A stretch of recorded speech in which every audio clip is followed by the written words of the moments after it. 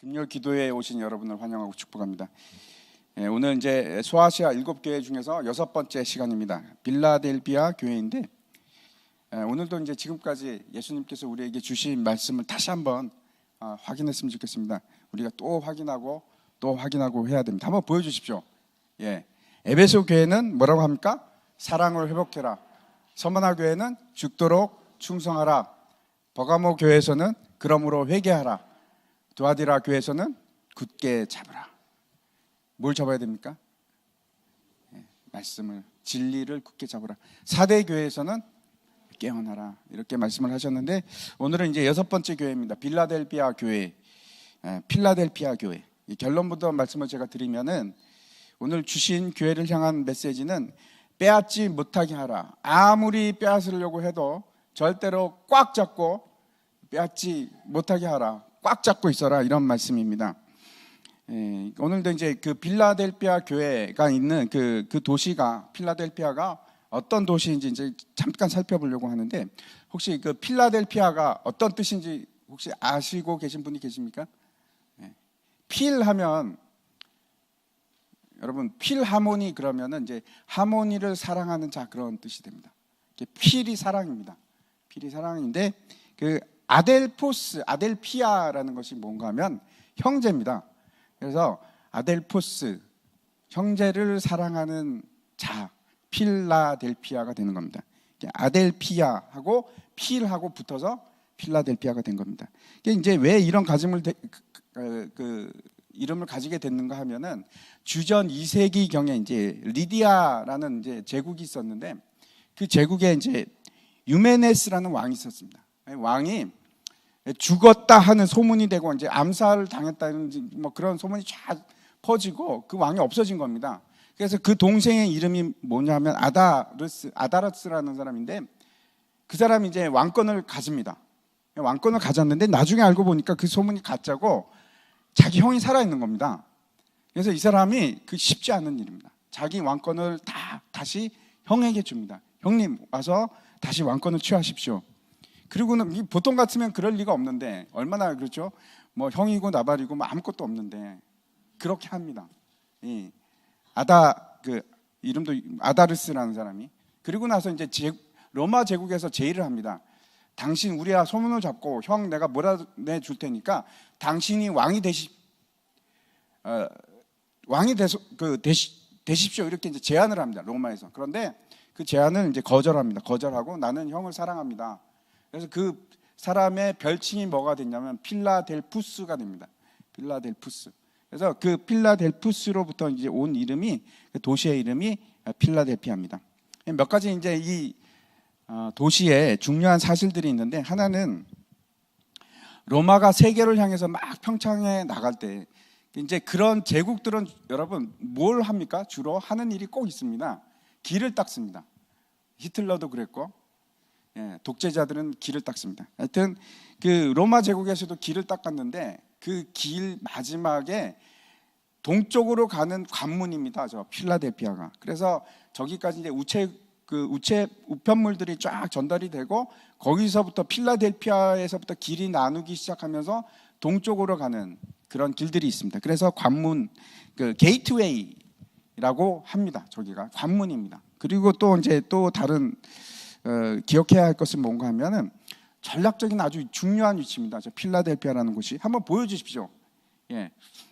저곳인데 저희가 이제 전략적으로 아주 중요한 곳이고, 저기가 그 길이 끝나고 새로운 길이 막 시작하는 곳이기 때문에, 동쪽으로 가는 루트가 시작되는 곳이기 때문에 당연히 이제 상업적으로 발달을 합니다. 그래서 상업이 융성을 하고, 그다음에 문화를 퍼뜨리기 위해서 저희가 전략적인 위치가 되었기 때문에 그 신전이 많이 있었고, 특별히 이제 신전 중에서도 축제, 신들을 위한 축제를 많이 1년 내내 그 축제를 하는 그런 도시였습니다.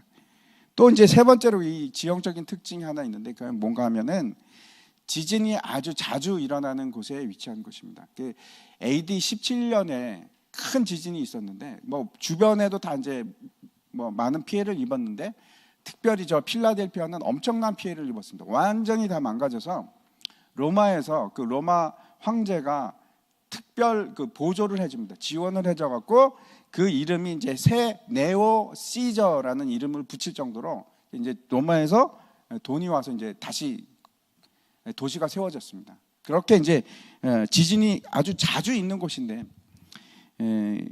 여러분 그 지난번에 경주에서 났던 지진 기억하십니까? 이게 얼마 되지도 않는데 금방 우리가 까먹습니다. 제가 이제 그때 어디에 있었냐면 이 밤이었는데 저녁 한 8시쯤 됐을 텐데 본당 3층에 있었습니다. 3층에 있는데 설교를 준비하고 있었는데 깜짝 놀랐습니다. 막 이게 우리 교회 건물이 그 H빔으로만 되어 있지 않습니까? 벽이 없고, 벽은 뭐 사실 있는데 그 패널들이고 뭐 중요하지 않습니다. 그래서 흔들리는데, 그래서 다른 건물보다 훨씬 잘 흔들리는 것 같습니다. 이게 막 흔들리는데 뭐 정신없이 경주에서 지진이 났는데 여기서 왜 이렇게 흔들리는지 막 제가 깜짝 놀랐습니다. 아, 이게 정말 무섭구나 하는 생각을 했었습니다. 그런 그 지진이 있고 나서 보통 여진이 계속 있지 않습니까? 경주에서도 그랬는데, 사람들이 저 필라델피아 사람들이 많이 가지고 있는 고충이 있습니다. 언제 지진이 날까? 또 언제 여진이 있을까? 기분이 좋지 않습니다. 이제 12절을 한번 보시면은, 잠깐 12절을 보시면은 이렇게 되어 있습니다. 이기는 자는 내 하나님 성전에 기둥이 되게 하리니 그가 결코 다시 나가지 아니하리라. 이 말씀이 뭐냐면 그 다음 장 한번 보여주십시오. 그 필라델피아 그림이 있는 저 기둥만 남게 됩니다. 많은 경우에 이제 지진이 나고 해서 살아남는 게 기둥인데, 뭐라고 얘기하냐면 여기서 이기는 자는 내 하나님 성전의 기둥이 되게 하리라. 지진에 관계된 얘기입니다. 그래서 절대로 넘어지지 않는, 무너지지 않는 하나님의 기둥이 되리라. 성전의 기둥이 되리라. 그러면서 그가 결코 다시 나가지 아니하리라 이렇게 얘기합니다. 왜냐하면 지진이 나면 먼저 사람들이 다 밖으로 나가지 않습니까? 근데 저기는 안전하기 때문에 너희가 이기기만 하면 다시는 밖으로 나가는 일이 없을 것이다. 이런 약속을 해줍니다. 이 지진과 관계 있는 얘기입니다. 아무튼 이 필라델피아는 지진대에 있기는 하지만은 그 토양이 굉장히 좋아서 매우 비옥한 땅입니다. 그래서 농사가 잘 되고 포도를 특히 이제 많이 재배를 했다고 합니다. 그래서 농사가 잘 되면 잉여 생산물이 생기기 시작합니다. 잉여 생산물이 많아지면 뭐가 발달하는가? 문화가 발달하게 됩니다. 그래서 여기는 필라델피아는 도시 문화가 아주 발달한 곳입니다.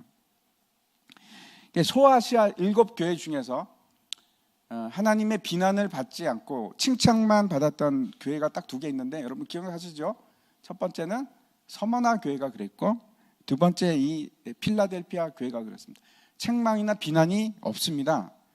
여러분 그 이유가 뭐라고 생각을 하십니까? 하나님께서 우리 교회 소망교회를 보면 어떤 비난을 하실까? 또는 어떤 책망을 하시고 아니면 어떤 칭찬을 하실까? 제가 그런 생각을 해봤습니다. 여기서 서머나 교회와 필라델피아 교회는 왜 칭찬을 받았는가? 변하지 않았기 때문에 그렇습니다. 하나님에 대한 충성이 변하지 않았기 때문에.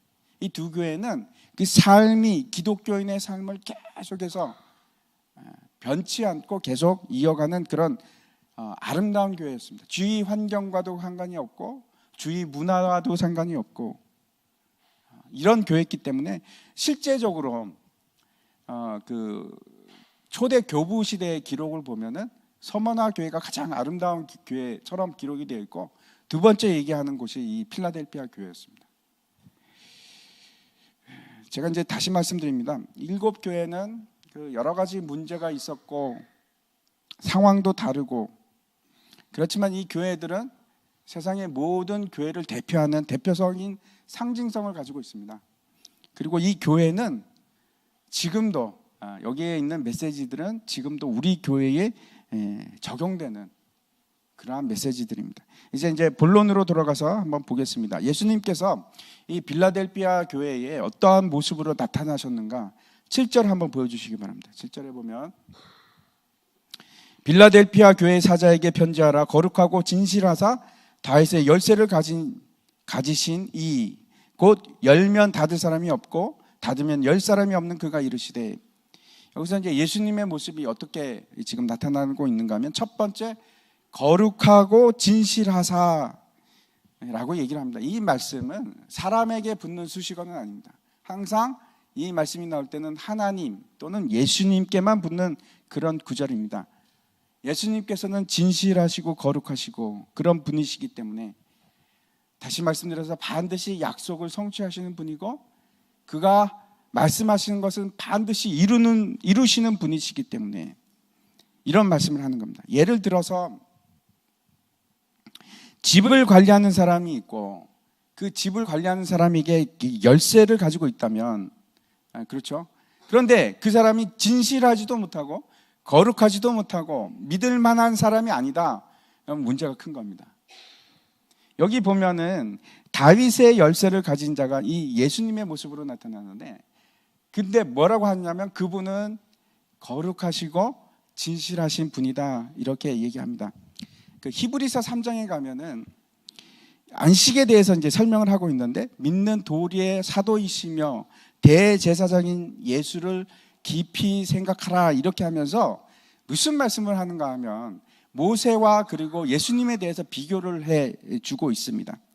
모세가 하나님의 집을 맡아서 충성된 자로 잘 섬겼는데 그보다 더 큰 자가 있다.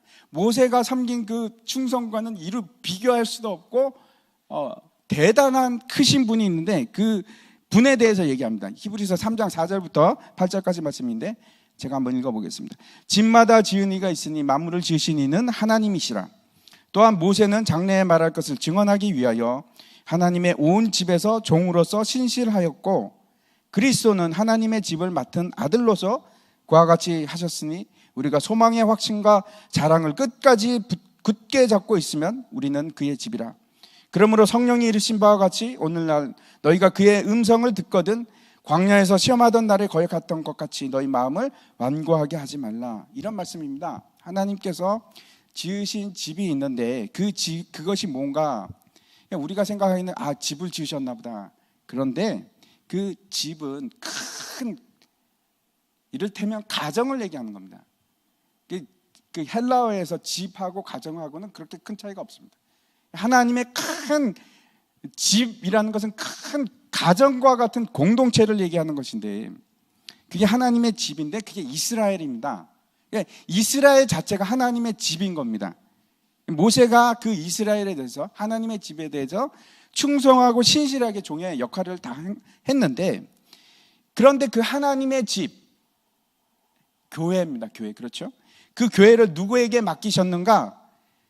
모세가 아니고 이를 비교할 수도 없는 신실하신 분, 하나님의 아들에게 그걸 맡기신다, 이렇게 얘기를 하는 겁니다. 그래서 6절에 보면 뭐라고 하냐면 우리는 그의 집이라. 다시 말씀드려서 우리는 그 예수 그리스도의 교회가 되는 겁니다. 그래서 그 집의 문을 누가 지키는가? 키를 누가 가지고 계신가? 예수 그리스도. 그래서 그 음성에 순종하라라고 지금 여기서 말하고 있는데, 다시 돌아가서 그 다윗의 열쇠에 대해서 우리가 좀 더 살펴봤으면 좋겠습니다. 도대체 이 다윗의 열쇠라는 것이 무슨 뜻일까? 먼저 가까운 그 열쇠가 나오는 곳을 살펴보면 어디에서 나오는가 하면은 계시록 1장 18절에 나옵니다. 제가 한번 읽어보겠습니다.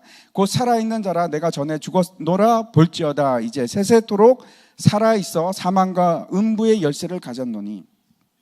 죽었다 살아난 자 예수 그리스도, 그 예수 그리스도께서 이제는 영원히 살아계셔서 어떤 열쇠를 가지고 있는다고요? 사망과 음부의 열쇠를 가지고 계십니다.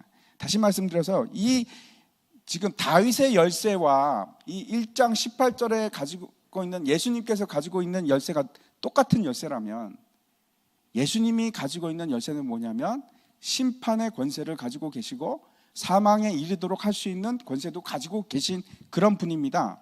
그렇다면 오늘 바로 본문 뒤에 보면은 열면은 닫을 자가 없고 닫으면은 열 자가 없다, 이렇게 얘기하시는 것은 무슨 뜻인가 하면, 새 예루살렘 성에 들어갈 때 그 문의 열쇠를 누가 가지고 계신가 하면은 예수님께서 가지고 계셔서 천국에 들어가는 일을 갖다가 누가 주관하시는가? 예수님께서 주관하신다, 이런 말씀입니다. 절대적인 권위를 가지고 계십니다. 여러분, 누구한테 잘 보여야겠습니까? 예수님이 아니면 우리가 천국에 들어갈 수도 없고 예수님이 아니면 우리가 사망에서 나올 수 있는 방법도 없습니다. 예수님입니다. 그런데 이 다윗의 열쇠에 대해서 정말 정확하게 얘기하고 있는 본문은 사실은 어디에 있는가 하면 이사야서에 있습니다. 한번 보여주십시오. 그날에 내가 hil기야의 아들 내 종 엘리야김을 불러 내 옷을 그에게 입히며 내 띠를 그에게 띄워 힘있게 하고 내 정권을 그의 손에 맡기리니 그가 예루살렘 주민과 유다의 집의 아버지가 될 것이며 내가 또 다윗 집의 열쇠를 그의 어깨에 두리니 그가 열면 닫을 자가 없겠고 닫으면 열 자가 없으리라. 똑같은 말씀 아닙니까? 이사야서에 있는 나오는 얘기입니다. 당시에 셈나라는 사람이 있었습니다. 근데 이 사람이 지금 모르겠습니다. 지금의 민정수석 정도 될까? 이스라엘에 있는 그 궁들의 열쇠를 다 관리하고 그 다음에 국고 창고를 다 관리하는 사람입니다.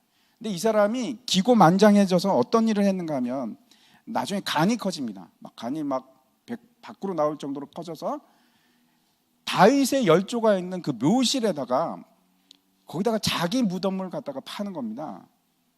다윗의 위치, 그 왕조의 자기 무덤을 자리를 마련한 겁니다. 이 사람이 그 정도로 기고만장했던 겁니다. 그것에 대해서 하나님께서 야, 너와 다윗의 열조하고 네가 무슨 상관이 있느냐 이렇게 책망을 하시면서 그 자리를 박탈하십니다. 자리를 박탈하시고 그 자리를 누가에게 주느냐 하면은 엘리야김이라는 사람에게 그 자리를 주면서 다윗의 집의 모든 열쇠를 누가에게 주느냐? 엘리야김에게 주는 겁니다. 그런데 이 충성된 엘리야김이 의미하는 바가 누군가? 높임을 받으실 수밖에 없는 예수 그리스도의 모양입니다. 다시 오실 메시아가 하나님의 집의 모든 키를 가지고 있어서 하늘과 땅의 모든 권세를 가지고 있어서 심지어는 음부의 권세도 관리하시고 천국의 열쇠도 누가 가지고 있다? 예수 그리스도께서 가지고 있다 하는 것을 보여주는 예표하는 그런 장면입니다. 사망과 음부의 권세, 새 예루살렘에 들어가는 문을 닫고 여는 권세를 가지신 분은 예수 그리스도인데 그분이 지금 필라델피아 교회를 향해서 내가 그 열쇠를 갖고 있는 나다 그러면서 지금 얘기하시는 겁니다. 무슨 말씀을 하는지 한번 보겠는데 우리가 이제 여기서 조금 더 나가서 이 문에 대해서 조금 더 생각을 해봤으면 좋겠습니다. 이 필라델피아 교회는 굉장히 작은 교회입니다. 앞서 우리가 봤던 4대 교회는 굉장히 큰 교회였는데 필라델피아 교회는 아주 작고 미미한 교회입니다.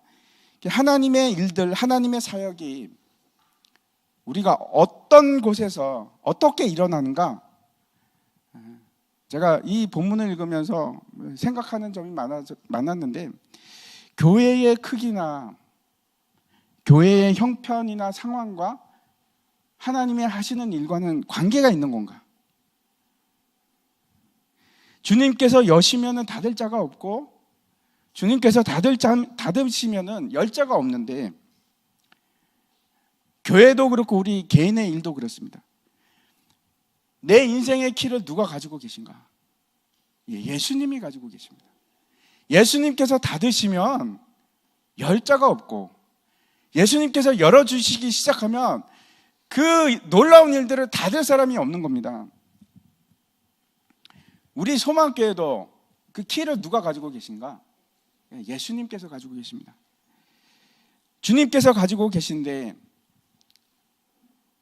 주님께서 사역의 문을 열어주기 시작하시면은 닫을 사람이 없는 거고 모든 곳에서 막 놀라운 그 사역이 일어나고 부흥이 일어날 텐데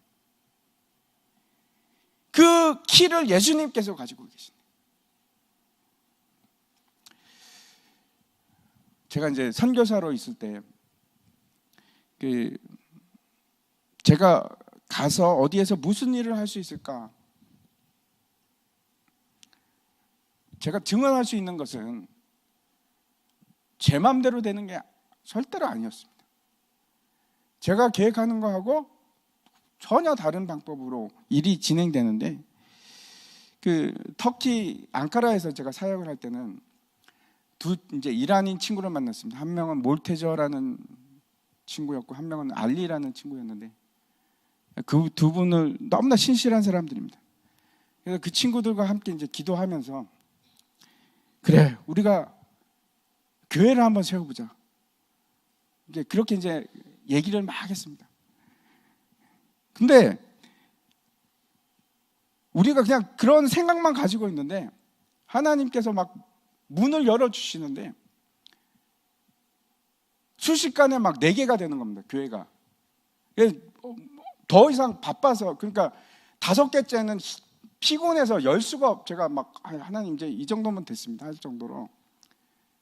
근데 그걸 갖다가 우리가 계획하고 우리가 뭐 어떻게 하고 그런 게 전혀 없이 그냥 연락이 오는 겁니다. 뭐라고 연락이 오냐면 우리도 여기 있는데 와서 예배를 좀 드려주십시오.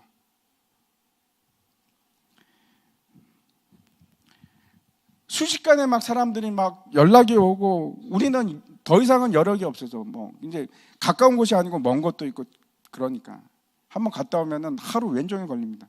그것도 막 빨리 가서 우리의 계획과 우리의 뜻과는 상관없이 하나님께서 막 길을 열어주시니까 막 문이 열리니까 막 일들이 일어나기 시작하는 겁니다. 그때 이제 하나님께서 지금 막 문을 열고 계시는구나 하는 생각을 했습니다. 하나님께서 열기 시작하면 누가 닫겠습니까? 예수님께서 그 문을 열기 시작하면 누가 닫겠습니까? 우리 교회도 마찬가지입니다. 막 하나님께서 지금 예수님께서 지금 이 소망교회 문을 지금 열어주셨으면 주님께서 여셔야만 합니다. 다른 데에 있는 것이 아니고 주님께서 여셔야만 합니다. 그 주님께서 열기 시작하면은 막 감당하지 못할 일들이 막 일어날 겁니다. 먼저 여러분 우리 주일날부터 문이 열리기 시작해야 됩니다. 이미 열려 있는데요. 그게 아니고 우리의 마음이 먼저 열렸으면 좋겠습니다. 주일날 우리의 마음도 열리고 우리의 예배도 열리고 모든 그 예배에 참석하시는 모든 분들이 다 마음이 열려서 하나님께 찬양하기 시작하고 기도하기 시작하고 예배가 예배다운 예배가 되고 간절한 마음으로 하나님을 찾는 마음이 그런 마음이 막 열리기 시작하고 지금 이 시간도 마찬가지입니다. 지금 혹시 마음이 꽉 답답하고 꽉 맥히신 분들 예수님께서 지금 열어주셔야 됩니다. 그 열린 문으로 성령께서 임하시고 우리의 마음에 생수의 강을 막 흘러 부어주시기 시작할 때 이러면서 기도의 문이 열리고 찬양의 문이 열리고 예배의 문이 열리고 사역의 문들이 다 열리고 가정도 마찬가지입니다. 키를 누가 갖고 있는가? 여러분의 키를 여러분의 가정의 모든 문의 키를 누가 갖고 계신가? 예수님께서 가지고 계십니다. 그래서 우리가 해야 되는 것은 예수님의 음성을 귀 기울여서 들어야 됩니다. 요한복음 10장에 보면은 예수님께서 이렇게 얘기합니다. 나는 양의 문이라. 그러면서 10장 3절에 이렇게 얘기합니다. 문지기는 그를 위하여 문을 열고 양은 그의 음성을 듣나니 그가 자기 양의 이름을 각각 불러 인도하여 내느니라. 예수님께서 양의 문을 열어주시고 양들아 일로 와라. 그러면 그 말씀에 순종해서 우리가 따라가는 겁니다. 이 빌라델피아 교회에서 이렇게 하나님의 말씀대로 충성되게 살기를 원하는데 그런데 그렇게 잘 살 수 있으면 좋을 텐데 몇 가지 장애물들이 있습니다. 한번 보시기 바랍니다.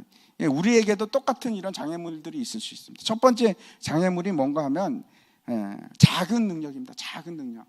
8절 한번 보시기 바랍니다. 8절에 이렇게 되어 있습니다.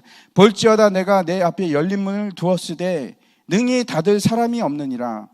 내가 내 행위를 아노니 내가 작은 능력을 가지고서도 내 말을 지키며 내 이름을 배반하지 아니하였도다.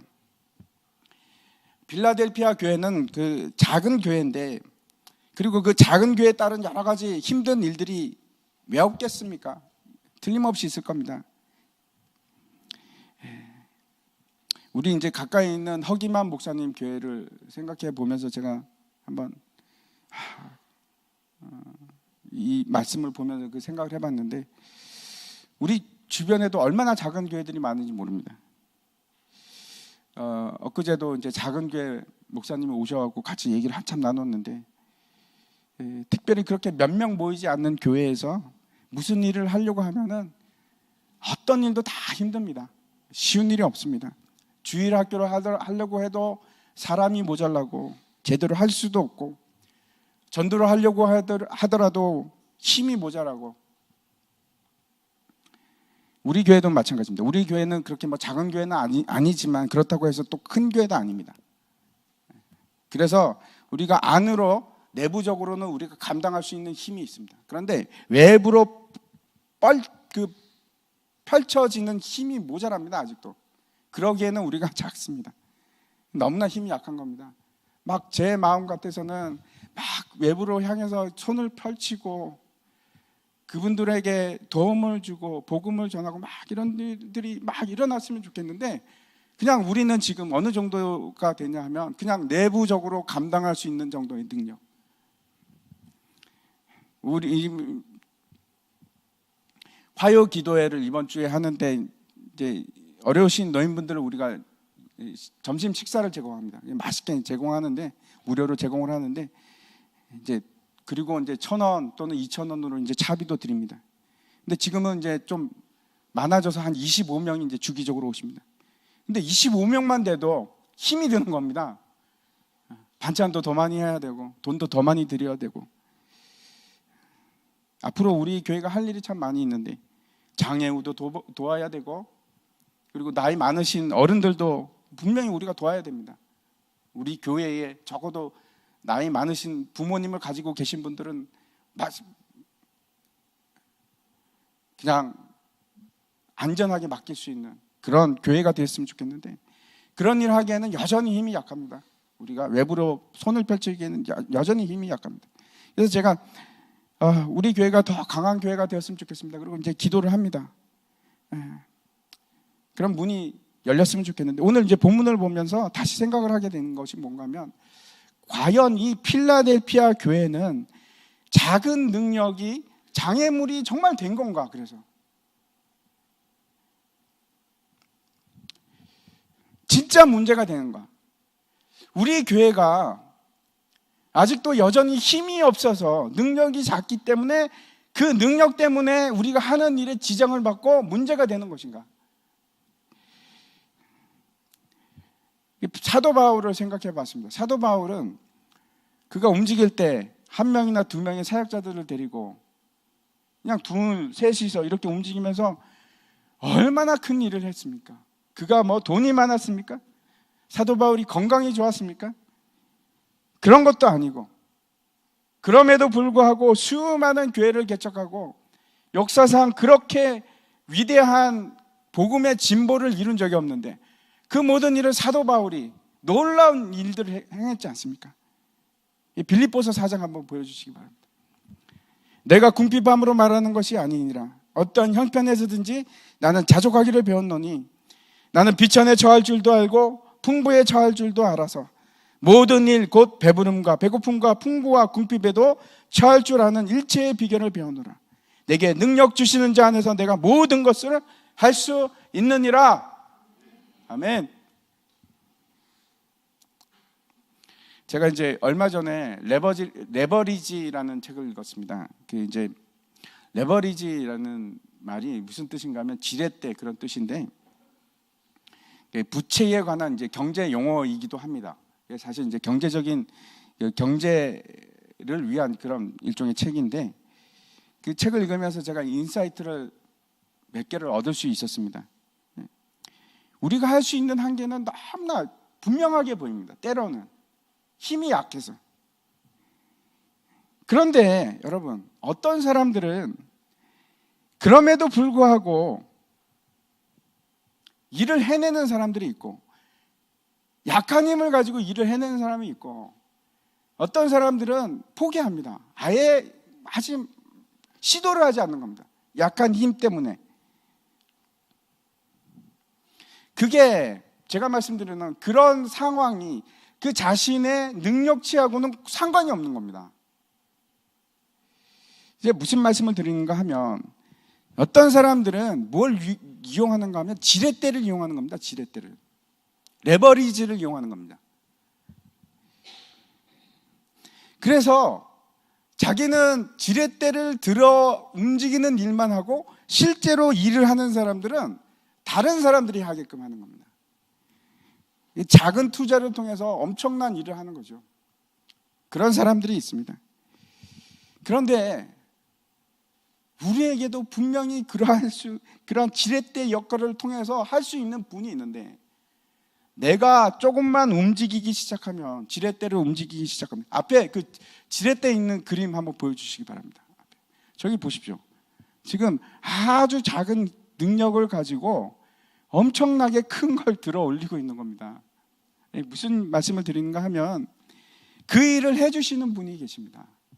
내가 비록 굉장히 작은 능력밖에 가지고 있지 않지만, 내가 굉장히 약하지만 그럼에도 불구하고 큰 일을 할 수 있는 이유는 예수님께서 계시기 때문에,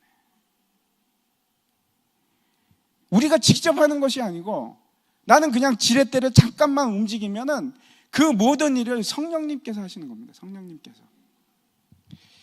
약할 때 강함 대신에 나의 보배가 되신 주, 주 나의 모든 것. 오히려 내가 약할 때, 내가 내 힘을 의지하지 않고 나는 못하니까 어떻게 해서든지 지렛대를 사용해야지, 주님을 의지하고 주님이 하게끔 해야지 할 때 진짜 강한 힘이 되는 겁니다. 내가 전혀 할 수 없는 일을 예수님께서 대신해 주시는 겁니다. 그래서 이 약한 힘이 우리에게 진짜로 장애가 되는 건가? 아니요. 오히려 우리에게 강함이 될 수가 있습니다, 여러분. 우리의 약한 것이 오히려 우리에게 진짜로 강한 힘이 될 수가 있습니다. 내가 약하기 때문에 하나님을 의지하는 겁니다. 내가 약하기 때문에, 내가 할 수 없기 때문에, 그래서 하나님을 찾는 겁니다. 그때 하나님께서 진짜로 일하기 시작하시는 겁니다. 그래서 제가 그런 생각을 했습니다. 제가 항상 생각했던 것이, 우리 교회는 너무 작아서 이런 일을 못할 거야. 제가 이 확신을 가졌습니다. 아니야, 할 수 있어. 빌라델비아 교회는 아주 작은 능력으로 하나님의 말씀을 지켰기 때문에, 배반하지 않고 충성된 삶을 살았기 때문에 모든 것을 감당할 수 있는 힘이 생긴 겁니다. 내가 힘이 없다고? 내가 힘이 없으니까 하나님이 일을 하지 않는 것이 아니고, 오히려 많지 않은 작은 힘을 내가 가지고 있기 때문에 하나님께서 시작할 때 그 일을 통해서, 그래, 모든 사람이 아는 겁니다. 저 사람이 한 게 아니고 하나님이 하셨구나. 저 사람이 능력이 뭐가 있어. 그러면서 하나님의 이름이 드러나기 시작하는 겁니다. 하나님께서 영광을 받으시는 겁니다. 그래서 오히려 작은 사람을 통해서 일하시기 시작할 때, 그때 하나님의 영광이 너무나 크게 드러나기 시작하는 겁니다. 우리도 그런 소원을 가지고, 우리도 그런 확신과 믿음을 가지고 일했으면 좋겠습니다. 여러분 가정도 마찬가지입니다. 내가 못하기 때문에 하나님께서 하시는 겁니다. 내가 할 수 없기 때문에, 내가 약하기 때문에 하나님께 간구하는 것이고, 그러면 하나님께서 들어주시는 겁니다. 고린도 후서 12장 9절과 10절 말씀입니다. 내 힘과 내 실력이 아니고 하나님의 능력입니다. 제가 읽어보겠습니다.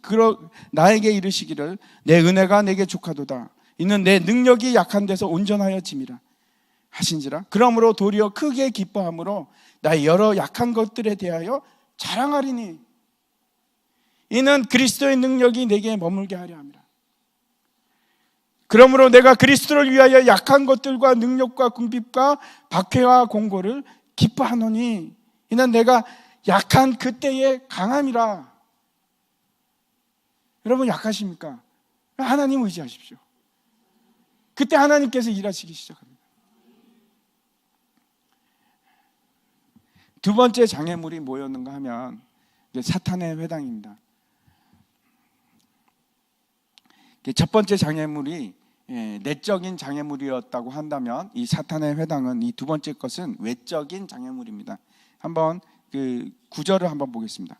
9절에 보면 이렇게 되어 있습니다. 사탄의 회당 곧 자칭 유대인이라 하나 그렇지 아니하고 거짓말하는 자들 중에서 몇을 내게 주어 그들로 와서 내 발 앞에 절하게 하고 그가 너를 사랑하는 줄을 알게 하리라. 여기서 우리가 이제 사탄의 회당, 자칭 유대인이라 하나 그렇지 않은 거짓말하는 자들에 대해서 생각을 좀 해봤으면 좋겠는데, 제가 이 사실은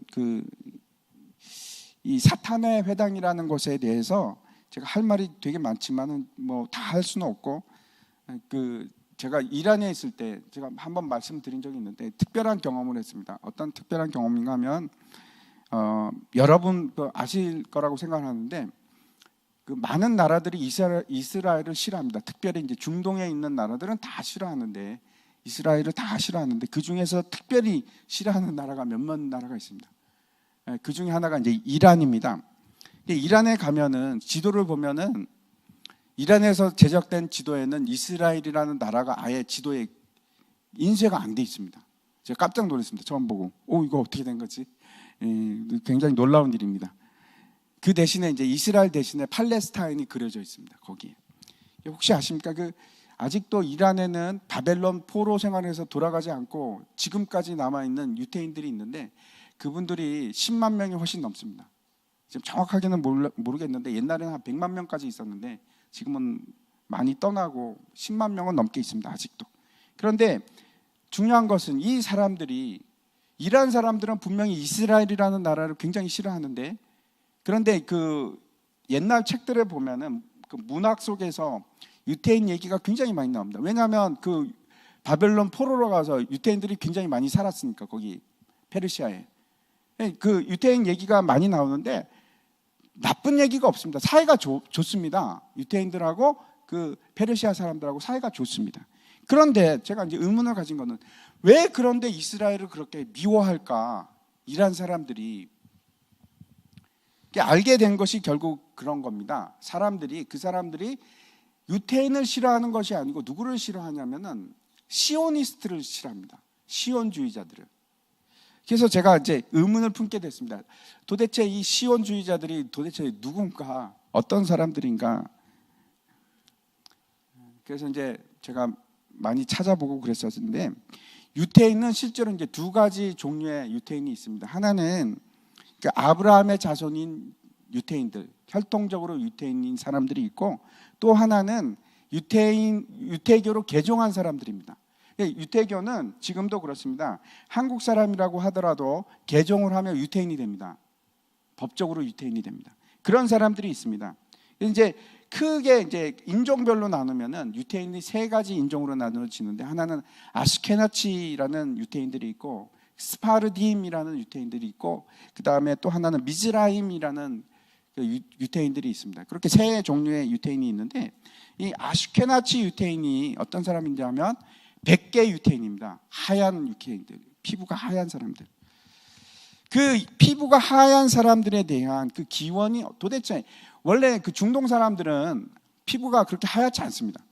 근데 어떻게 이 100개 유태인들은 피부가 하얗게 됐을까? 피가 많이 섞여서 그럴 수도 있습니다. 그렇죠? 그런데 이제 특별한 기원에 대한 책이 있는데, 그것이 신뢰할 만한 것인가 아닌가는 잘 모르겠습니다. 그런데 그 얘기를 제가 잠깐 해드리려고 합니다. 옛날에 이제 7세기에 흑해 주변에 카자르라는 나라가 있었습니다. 왕국이 있었습니다. 그런데 서쪽에는 어떤 나라냐면 비잔틴, 기독교 제국입니다. 비잔틴 제국이 있었고, 남쪽에는 어떤 나라가 있었냐면 이슬람 제국이 있었습니다. 그래갖고 이슬람 제국이 이제 세력이 점점 확장되면서, 너희들 개종하지 않으면, 이슬람 나라가 되지 않으면 다 죽여버리겠다 그러고 있고, 또 서쪽에 있는 비잔틴 제국에는 너희들 빨리 기독교로 개종하라 이렇게 얘기를 하는 겁니다. 그래서 가운데 치여가지고 이러지도 못하고 저러지도 못하고 있다가 그 왕이 결단을 합니다. 그러면 우리가 이슬람교에서도 인정을 받을 수 있고 기독교에서도 인정을 받을 수 있는 그런 종교로 개종을 하자. 그리고 택했던 것이 유대교입니다. 그래서 왕을 비롯해서 모든 백성들이 다 유태인이 됩니다. 유대교로 개종을 하고, 그렇게 개종하지 않은 사람 다 죽여버렸습니다. 그래서 어느 순간 갑자기 다 모두가 유태인이 되어버린 겁니다. 그리고 나서 이제 한 100년 후에 위에서 슬라브족이 밀고 내려오면서 이 사람들이 망하고 다 흩어졌는데, 어느 쪽으로 갔느냐? 동유럽 쪽으로 다 흘러 들어가게 됐습니다. 그래서 이 사람들이 원래는 이제 무속 신앙을 믿는 그런 사람들이었는데 하자르라는 사람들이 터키계입니다. 근데 여러분 터키 계열이 지난번에 그 창세기 할 때도 제가 말씀드렸는데 백인 계열일까요? 아니면은 황인 계열일까요? 터키 사람들이 예? 예. 백인 계열입니다.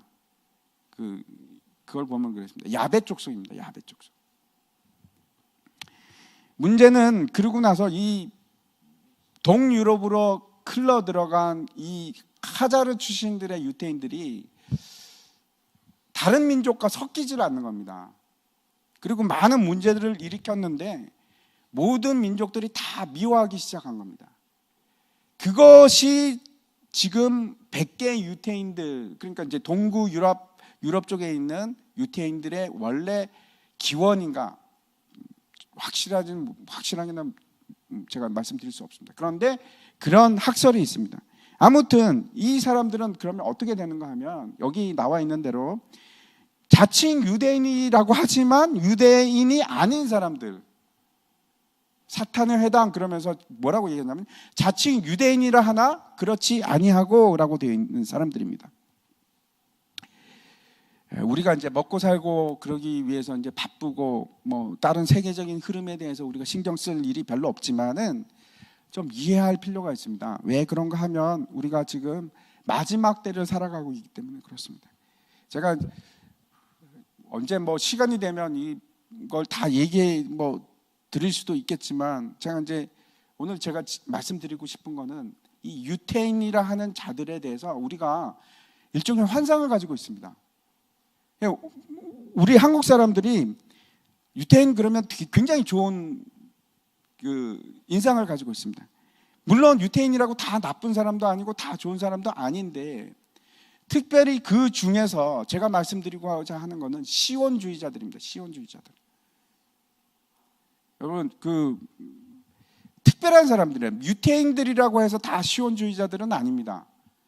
근데 그 중에서 시온주의자들이 있는데 이 사람들을 우리가 어떻게 생각할 것인가에 대해서 지금 말씀드리는 겁니다.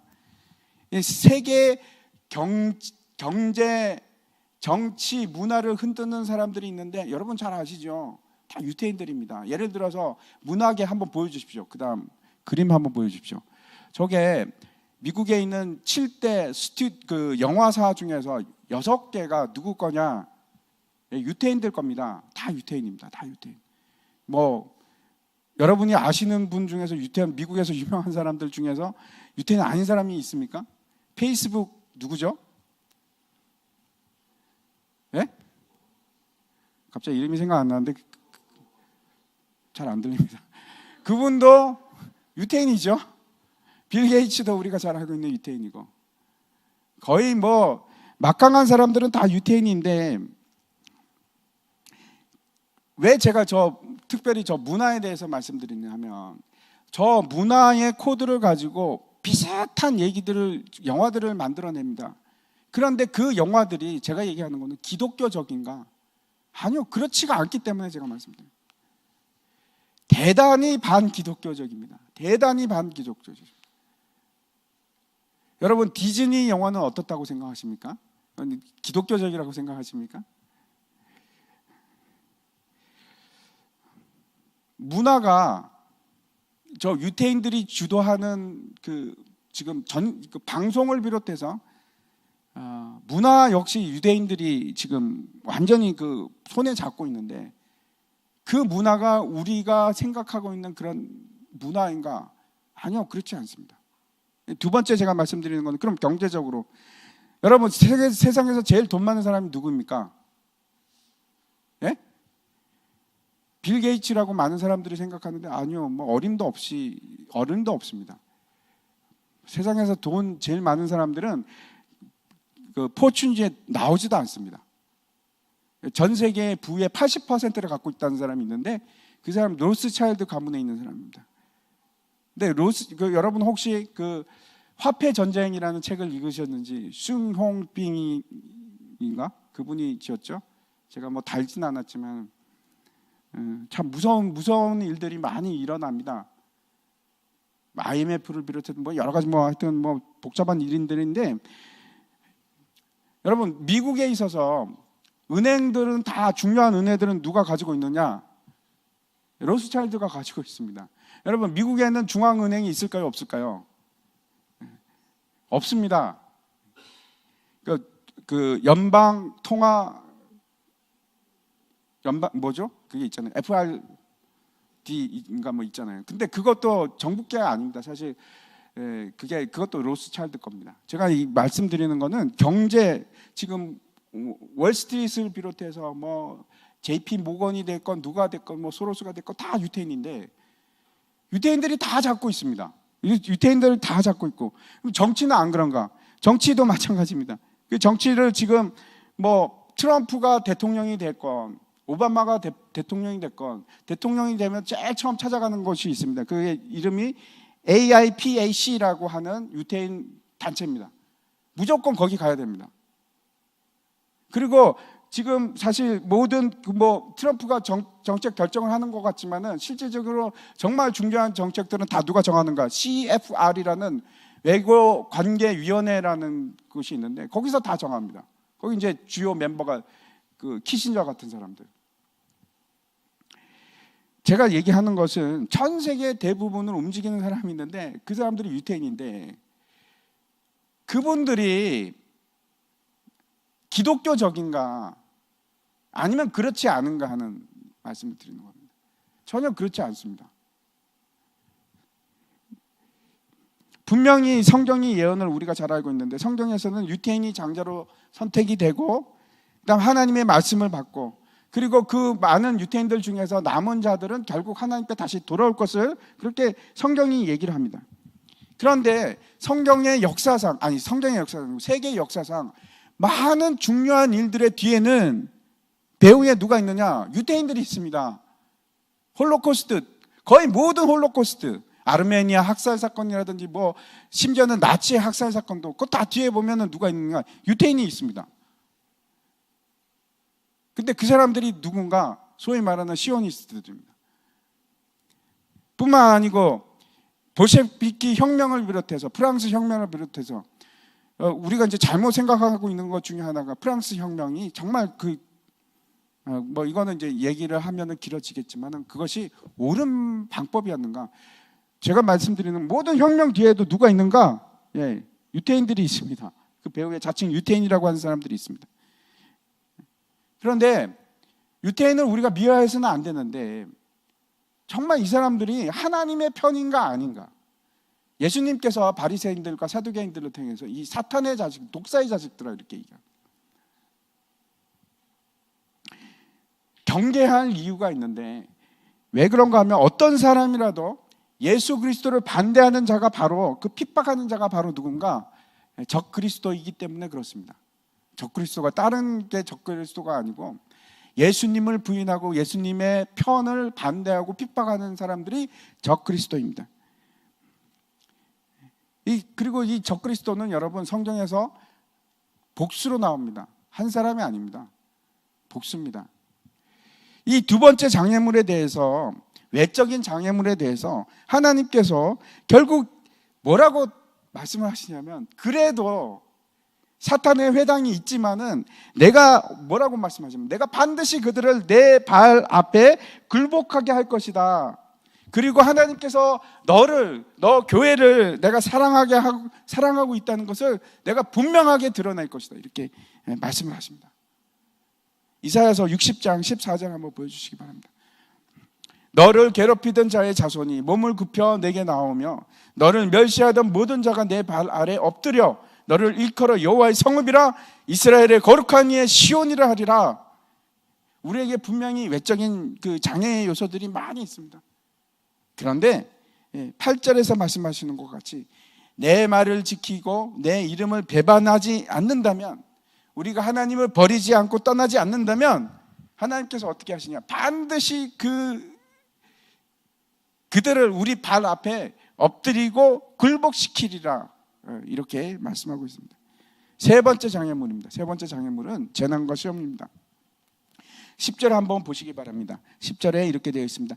내가 나의 인내의 말씀을 지켰은즉 내가 또한 너를 지켜 시험의 때를 면하게 하리니 이는 장차 온 세상에 임하여 땅에 거하는 자들을 시험할 때라. 그 이전과 다른 말씀을 여기서 하시는데, 필라델피아 교회에서 말씀하시는데, 시험의 때가 이제는, 이거는 몇몇 10일간 이런 게 아니고요, 여기서는 시험의 때라는 것이 모든 면에 있어서 닥치리라, 이런 말씀입니다. 지금도 그래 왔지만 앞으로 교회는 반드시 적그리스도들, 하나님을 반대하는 사람들을 통해서 핍박이 있을 것이고, 그리고 배교하는 일도 분명히 일어나고, 그런 문화 속에서 우리가 살아가도록 되어 있고, 반드시 그런 일들이 벌어집니다. 분명히 적그리스도는 여러 명입니다. 복수로 나옵니다. 성경에서는 계속해서 나타납니다. 계속해서. 그런데 중요한 것은 이 환란이 일곱 나팔과 일곱 대접과 이제 나중에 나오지 않습니까? 그 재앙들이로 상징되는 그 환란이 나오는데, 그것이 우리에게 부어질 것인가? 여기서 뭐라고 얘기하십니까? 우리에게 부어질 것인가? 아니요. 그 재앙으로 우리는 상하지 않습니다. 하나님의 약속입니다. 하나님께서 그렇게 얘기를 하십니다. 다시 한번 10절 한번 보면은, 내가 나의 인내의 말씀을 지켰은즉 내가 또한 너를 지켜주신다고 얘기하는데, 시험의 때를 면하게 하리니, 이렇게 얘기하십니다. 이것이 하나님의 약속입니다. 이제 말씀을 마치려고 하는데, 오늘 그 반복되는 것을 다시 한번 우리가 봤으면 좋겠어요. 8절에 뭐라고 얘기하냐면은, 내 말을 지켜 시험의 때를, 8절에 내 말을 지키면 내 이름을 반대하지 아니하였도다.